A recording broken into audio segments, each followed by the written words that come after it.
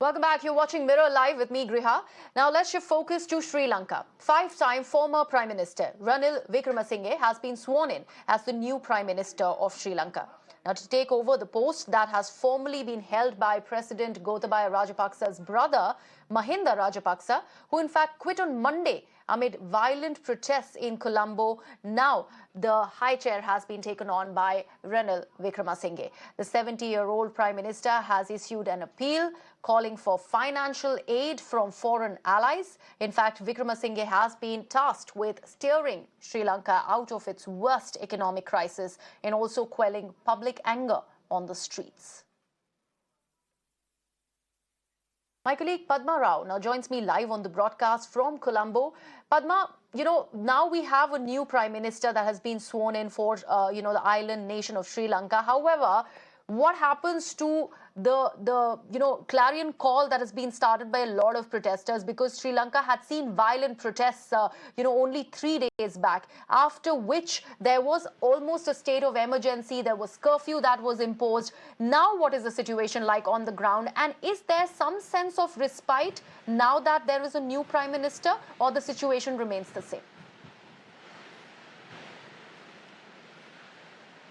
Hi, thanks. That's an excellent question, and that is really the crux of the matter. We were speaking to protesters yesterday when it became clear that Prime Minister Ranil Wickremesinghe is taking over as the next PM. And they did say, there's a very guarded atmosphere at this so-called Go-Gotagama.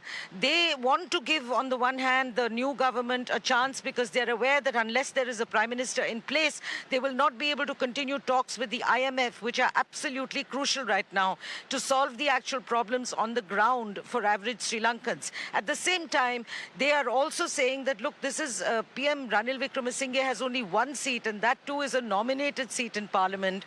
He lost the last elections rather badly, but they're willing to acknowledge that PM Ranil Wickremesinghe is someone with enormous political depth and with enormous political experience. He's been in politics for 50 years, and the crisis right now really needs to be handled by someone like that. So I would say that there is, the anger is absolutely palpable everywhere you go in Sri Lanka. That has certainly not died down.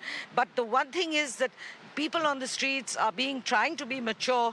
They're trying to, wait and watch and see how quickly this new government will actually deliver on the ground. But the call that Gotabaya Rajapaksa, the president, should resign has certainly not died down yet. It's just subdued for now, I would say. All right. Padma, thank you so much for actually joining us and taking stock of the situation on ground. We'll, of course, keep coming back to you for assessing the situation, what it is like, and what is it that is expected out of the new Prime Minister of Sri Lanka.